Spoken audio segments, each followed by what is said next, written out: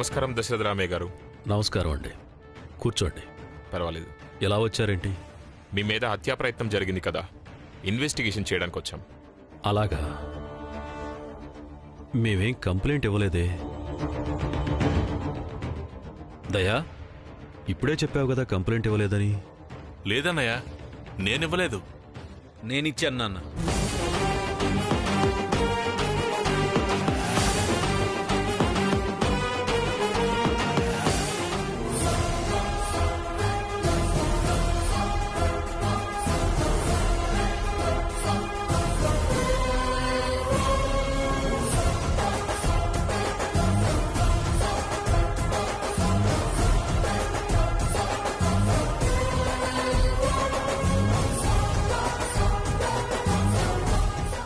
మీ మీద హత్యా ప్రయత్నం చేసిన వాళ్ళని ఎలా వదిలిపెడుతున్నాను?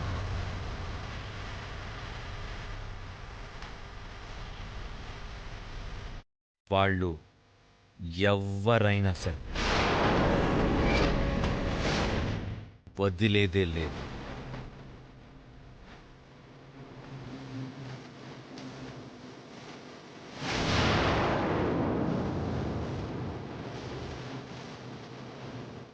ఇన్స్పెక్టర్, నేరస్తుడు ఎవరో తెలియాలి. వాడి ఉద్దేశం ఏంటో తెలియాలి. ఇలాగే వదిలేస్తే మా కుటుంబాన్ని నాశనం చేయడానికి కూడా వెనకాడ్డు. తప్పకుండా సార్, ఇప్పుడే ఇన్వెస్టిగేషన్ మొదలు పెడతాం. 24 గంటలు గడిచేసరికల్లా నేరస్తుని పట్టుకుంటాం.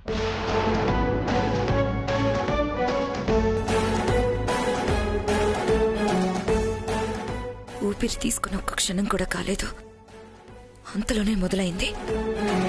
పోలీసులు వెతికేది సాక్ష్యాల కోసం. అవి దొరకనంత వరకు నువ్వు సేఫ్. దొరికితే ఆ దేవుడు కూడా కాపాడలేడు. హత్యా ప్రయత్నం ఎక్కడ జరిగింది? బెడ్రూమ్లో. రండి ఇన్స్పెక్టర్.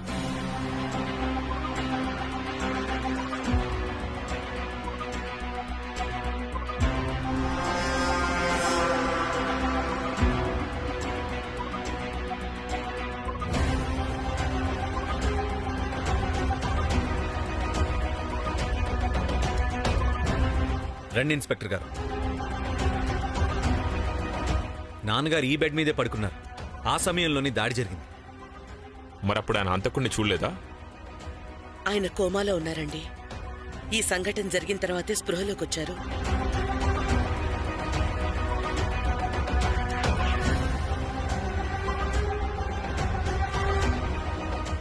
నీ కత్తిపోటు వల్లే మావికర్ స్పృహలోకి వచ్చారు. ఆ కత్తి దొరికితే నువ్వు జైలుకు వెళ్తావు. అయినా నిన్ను జైలుకు పంపించడం కాదు, నీ వల్ల వాళ్ళకు జరిగిన మేలుకి నీకు గుడి కట్టినా తక్కువే.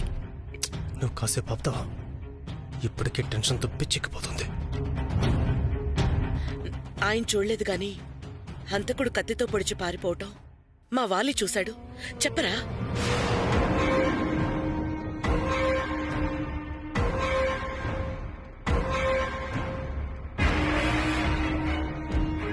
అవును, నేను వచ్చేసరికి పోటు చేసి పరిగెత్తాడు. పట్టుకోవడానికి ప్రయత్నించాను, కానీ దొరకలేదు. మొహం చూద్దామంటే ముసుగేసింది.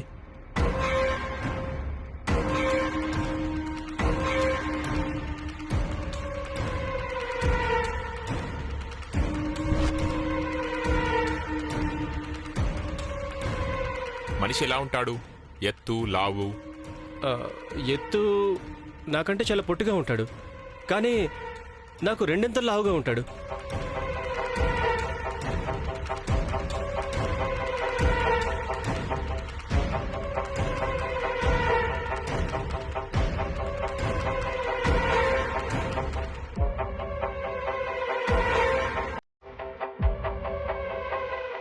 అస్సలు నీ మీద డౌట్ రాకుండా ఏం కవర్ చేస్తున్నావురా? కత్తితో పొడిచారన్నారు కదా? అవును సార్. కానిస్టేబుల్స్, ఇంట్లో బయట మొత్తం సర్చ్ చేయండి. ఏవైనా ఎవిడెన్స్, క్లూస్ దొరకొచ్చు. సర్చ్.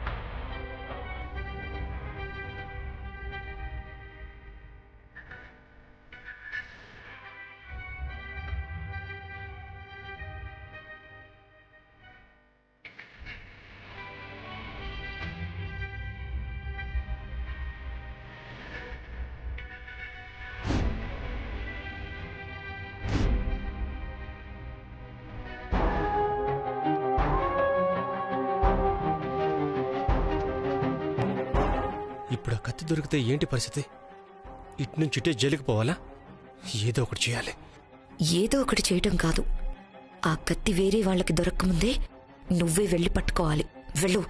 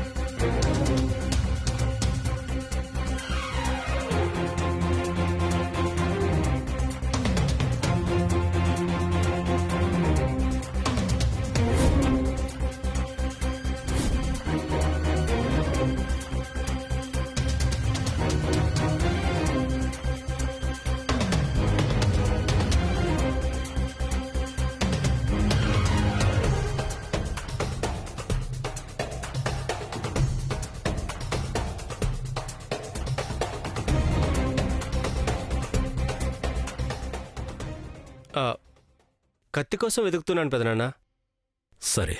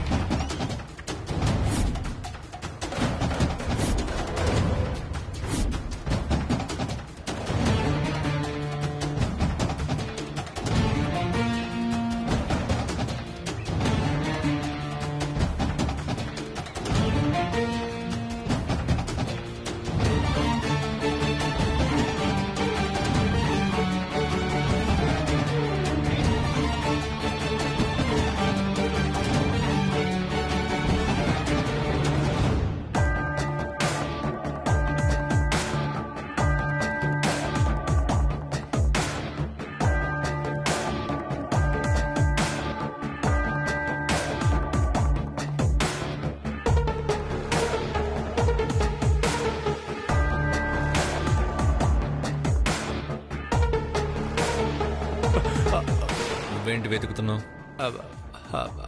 అదే తమ్ముడు, మనం కూడా హెల్ప్ చేస్తే పోలీసులు తొందరగా పట్టుకుంటారు కదా.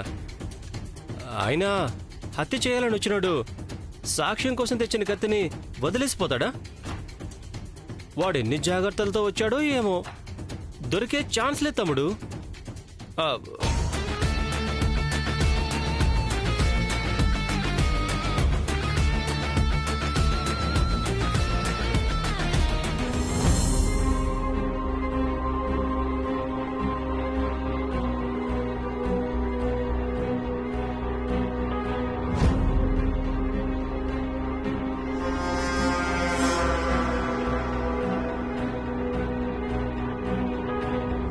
సార్, కత్తి దొరికింది సార్.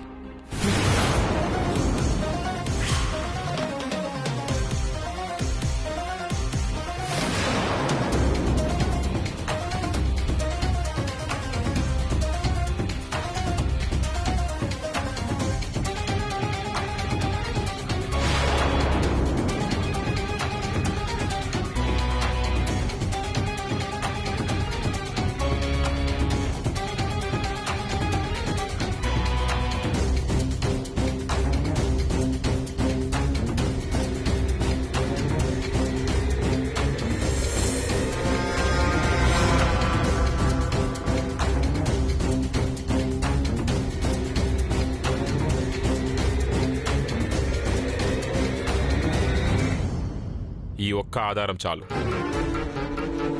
దీని మీదున్న వేలిముద్రల సహాయంతో నేరస్తుని పట్టుకోవచ్చు.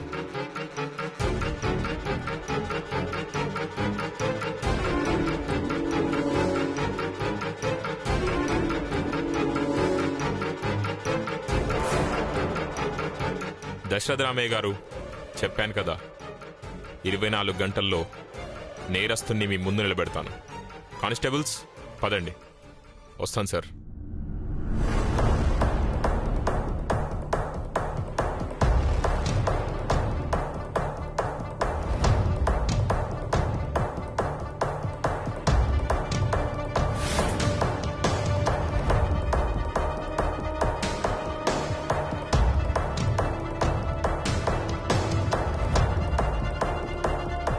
ఎస్ఐ గారు చూసుకుంటారులే నాన్న, మీరు వెళ్ళి రెస్ట్ తీసుకోండి.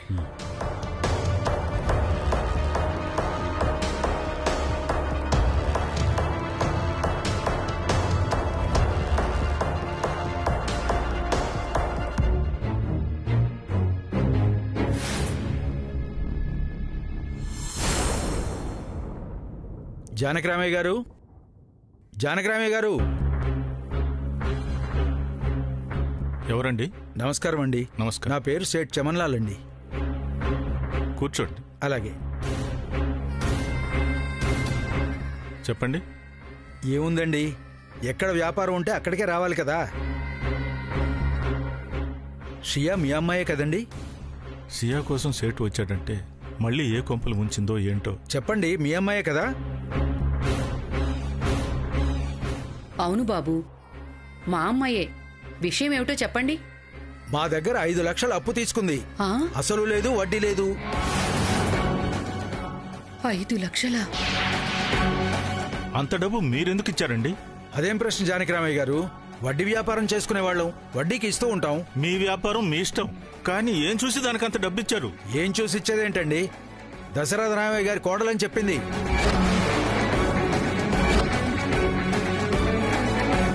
ఆయన కోడలంటే 5 లక్షలేంటండి, 5 కోట్లైనా ఇచ్చేస్తాం. ఇచ్చేసాం.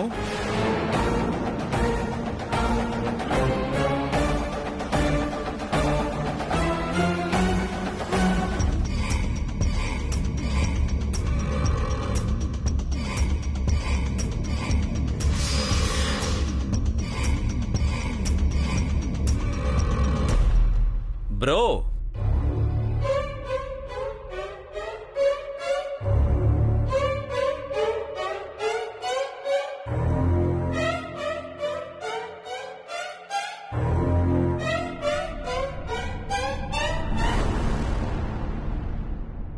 ఏంటి తమ్ముడు?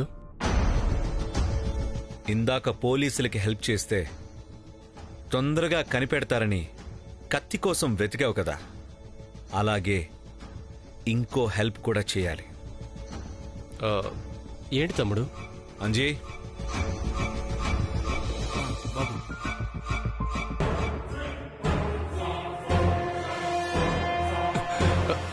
ఏ దేవాంష్, ఏం చేస్తున్నావు?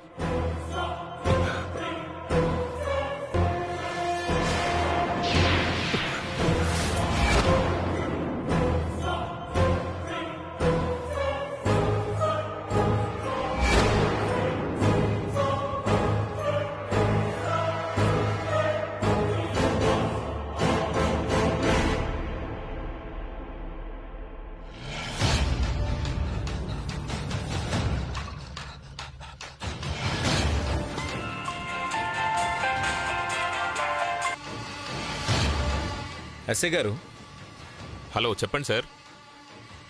మీరు కత్తి మీద వేలు ముద్రలు సేకరిస్తారు కదా, అలాగే నేను నాకు అనుమానం ఉన్న ఒకరి వేలు ముద్రలు సేకరించి మీకు పంపిస్తున్నాను. ఆ రెండిటిని పోల్చి చూడండి. సరిపోతే హంతకుడు దొరికేసినట్టే. ఇప్పుడు తను నా దగ్గరే ఉన్నాడు. అలాగే సార్, ఈవినింగ్ లోపల రిపోర్ట్ పంపిస్తాను. అంజీ, ఈ పేపర్ తీసుకెళ్లి ఎస్ఐ గారికి ఇచ్చిరా. అలాగే బాబు.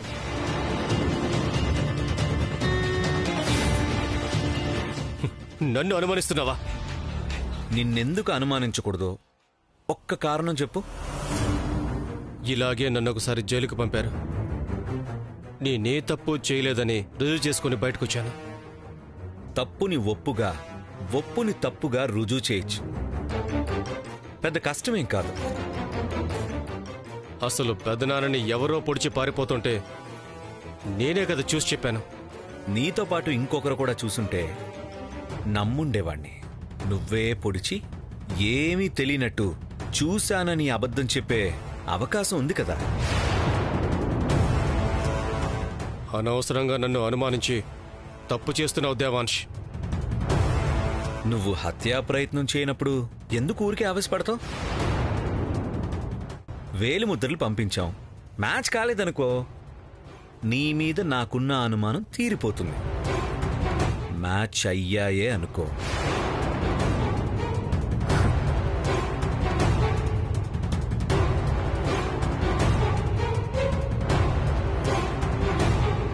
పరిస్థితి ఎలా ఉంటుందో నీ ఊహకు కూడా అందదు.